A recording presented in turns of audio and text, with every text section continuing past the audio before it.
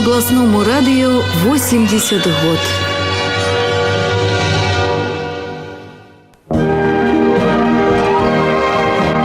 Гаворыць Гомель.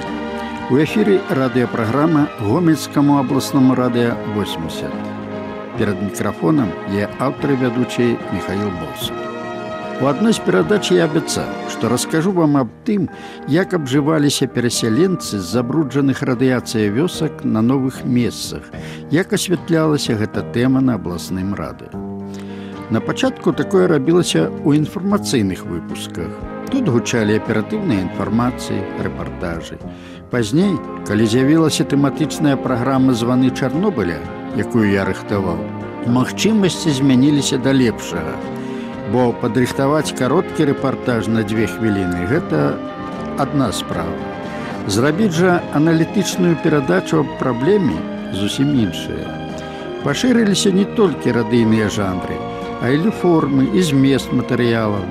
Мы, радыёжурналісты, тады добра разумелі, што канстатацыі фактаў у такой справе яўна недастаткова.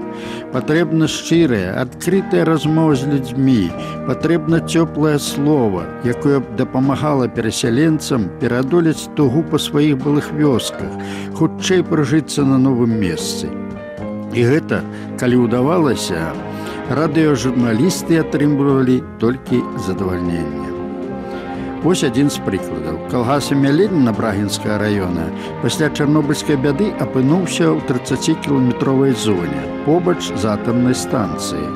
На чале са старшынёй гаспадаркі Мікалаем Рамановичем Гуляев калгаснікі пераехалі ў вёску Губічы Будакашалёўскага раёна. Дарэчы, яны самі выбралі гэта месца, бо было яно па прыродна-кліматычных умовах падобнае на тое, дзе жылі раней. Прыгожы лес, побач Днепр працякае. Пераехала больш 400 чалавек, а будавалася для іх толькі 100 дамоў прысядзібнага тыпу. Па гэтаму людзей размясцілі ў 3 гаспадарках. Асноўная колькасць засталася ў Губічах, частка ў суседнім калгасе Авангар, а адну брыгаду размясцілі ў вёсцы Бацун. Скажу так, што радыё і тэлежурналісты былі сярод брагінцаў частымі наведвальнікамі. Іх цікавіла ўсё. Яны бачылі, як на першым часе Мікалаю Гуляеву, які на новым месцы стаў старшынёй калгаса, і яго падначаленым было нялёгка. Тутэйшы калгас не вызначаўся багатымі ўраджаямі і высокай прадуктыўнасцю грамадскага статка.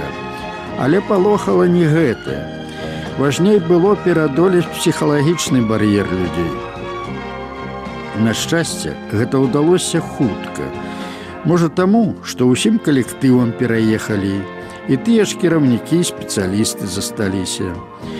Ды і на новым месцы адчулі яны падтрымку. Сем'ям па 10 курэй давалі бясплатна для развядзення на першым часе, насенную бульбу выдзялялі, арганізавана завозілі паліва. А што ж датычыць працавітасці, то палішукам яе не займаць. Падчас адной з камандзіровак я браў інтэрв'ю Мікалая Рамановича Гуляя.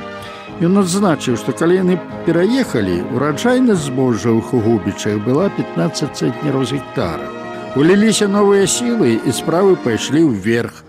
Збор зерня з гектара павысіўся да 35 цэнтнераў, бульбы да 200. Калі раней надой малака ад каровы за год складаў толькі 1500 кілаграмаў, то ён быў даведзены да 3000. Адначасова з вытворчымі задачамі вырашаліся і сацыяльныя. На цэнтральнай сядзібе гаспадаркі быў пабудаваны дзіцячы садок на 95 мест, добры гандлёвы цэнтр, фельчарска-акушэрскі пункт. На кожнай ферме і майстэрні пабудаваны сауны.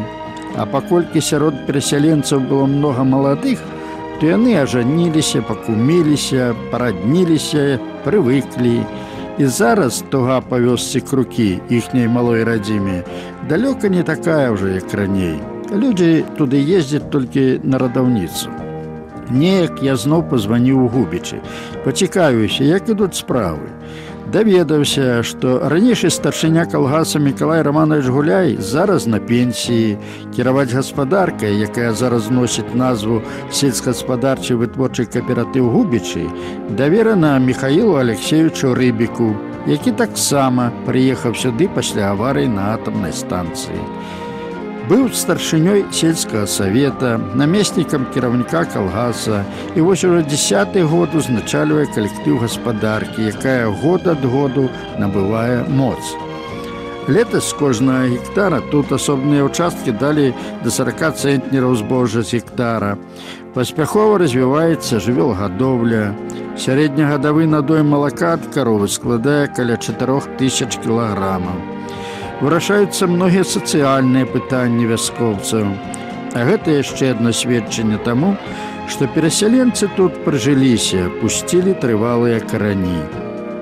Такіх прыкладаў журналісцкай практыкі можна прывесці нямала, бо нягледзячы ні на што, нашы людзі умеюць знаходзіць выйсце нават самага цяжкага становішча, вызначаюцца працавітасцю, спагадлівасцю, багаццем душы.